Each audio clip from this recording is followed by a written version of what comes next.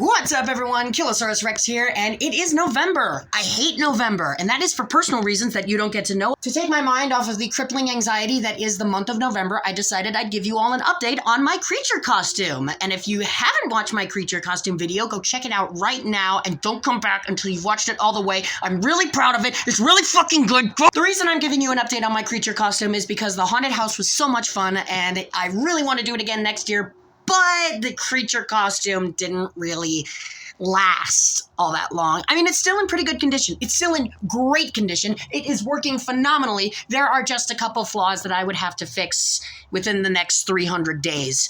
I don't think I'm gonna make it, guys. So the first thing I'm going to address that I know you guys really want to know the status of is the pants. Yes, I know you guys love the pants. The pants managed to survive. Actually, about 90% of the pants survived because there is a hole right here between the shorts and the felt, and I'm gonna have to sew that up, and really soon because goddamn, it's coming apart.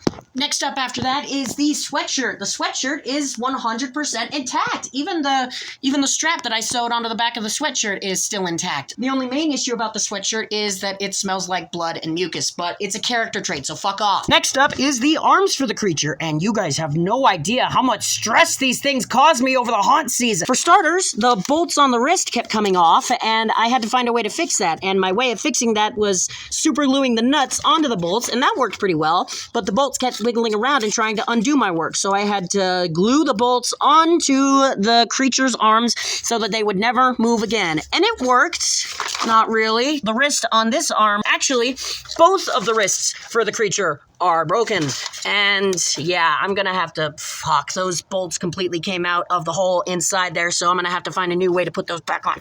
In case you didn't already notice, one of the fingers did in fact come off of the creature, but this isn't the only finger that came off of the creature. As a matter of fact, this is the 5th finger that came off of the creature. Other than that, the arms are A-okay and ready to go for next year. Oh, fuck you too. Up next, we have the creature's headgear, which was a struggle to maintain, but not as much of a struggle as I thought it would be, because the worst that I had from the bottom jaw was a couple of teeth falling out. I had to super glue a couple of teeth in there, and the straps actually held on pretty... Oh, yeah. One of the straps for the bottom jaw did come out, but thankfully that happened the last night of the haunted house, and it happened after we closed, so I got really fucking lucky with that one. It happened right as I was loading my costume into my truck, so it went something like this. Fuck! For the top half of the head, not too much to complain about. One of the fangs did come out, but that was to be expected.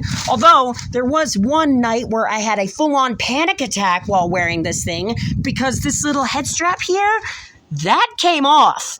That took part of the insulation foam out and full-on ripped off of the costume. So I had to take that off about halfway through the night, and you have no idea how much of a struggle that was to maintain. If my head wasn't literally attached to my neck, it would have come off, all of it, and I would have been completely fucked over. But I managed to glue the head strap back on, and I reinforced it this time, so it ain't going anywhere. I promise that's not going anywhere this time. And this is actually not a part of the costume. This is a boar spear that I named Sue. Winter is coming and we're low on rations, so I'm going hunting today. That's what she's here for. I'll tell you about it later.